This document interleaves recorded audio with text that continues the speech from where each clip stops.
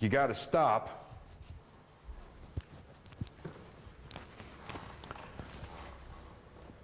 You got to stop going, what? And that's what I'm hoping to wake you up to tonight. That's what we're going to talk about in the second half of the seminar. Until we get to that, let's talk about what we face when it happens. Okay? If you are, what's the nearest stadium? What's the stadium in Little Rock? The big basketball stadium. Does Little Rock have a basketball stadium? Alltel Arena. If the Alltel Arena is a crowded arena, and you're sitting up in the upper, look, you're so far up, you're past the nosebleed section, right?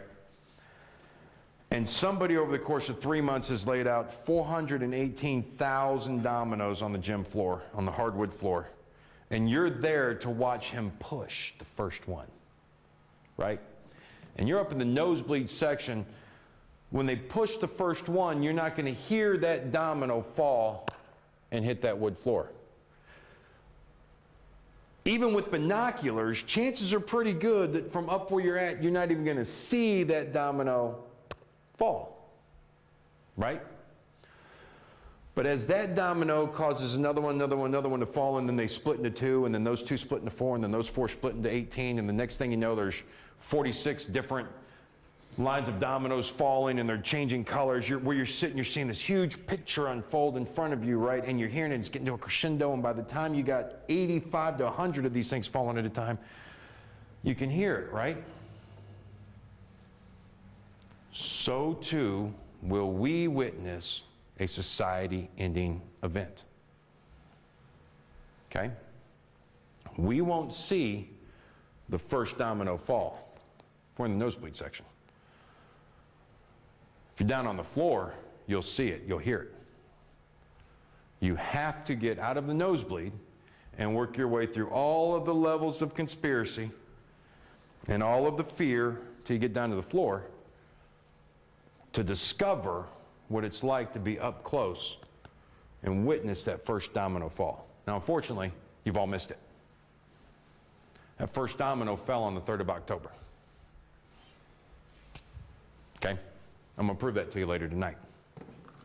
The problem is right now we all look at different things. For years, I was obsessed with a terrorist attack, which is a viable threat. It's not a conspiracy theory, right? Specifically a nuclear detonation in the upper atmosphere somewhere within 60 radio miles of downtown Kansas City. I'm telling you, I was obsessed with it. It's still a credible threat. The reason I was obsessed with it is because I thought that the second the lights went out, my life would change. People I know who are insulin-dependent diabetics would die. People I know who, my best friend whose son has Crohn's disease, he would die. People who were stuck on the interstate would die. People who were stuck in nursing homes would die. I was obsessed with this. Okay? What I failed to recognize, because I wasn't looking for it, is that as a standalone, single, solitary event, the lights going out is not a society-ending event. Nor is it the beginning event. Let me give you an example.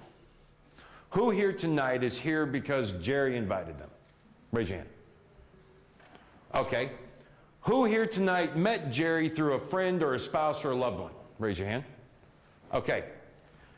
We're going to go back in time for a moment. Do you realize that the event of you being here tonight, for those who had your hand raised both times, the event of you being here tonight is directly related to the fact that Jerry invited you. Jerry would not have invited you had the two of you never met. So are you here tonight? Did the event of you being here tonight start the moment you and Jerry met? Or the moment he invited you? Oh, no. You would not have met had it not been for a friend or a loved one. So did the event start when you met that friend or loved one that introduced you later to Jerry? No. The event of you being here tonight started with your great-great-great-great-great-great-great-great-great-grandmother marrying her spouse. Okay? I love my 22-year-old daughter. My 22-year-old daughter would not exist had my wife and I not had the relations that specific night where she was conceived. 3 days later, I would have had a different child. Could have had a son, could have had a daughter, but it wouldn't be her. It wouldn't be her personality. You follow me? She would not exist if my wife and I had not met and fallen in love. We wouldn't exist had it not been for the fact that my girlfriend dumped me and my best friend took me to a place where my wife worked, and then he tried to impress her and she called him an idiot, and then she didn't like me because of which, and then we ended up falling in love. That wouldn't have happened had my parents not given me birth, right? And that wouldn't have happened had my parents not met. So you see where I'm going with this, right? Okay.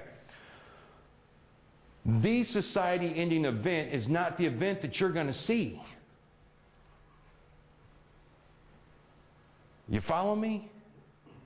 Events take place before that that are preludes to that. Okay?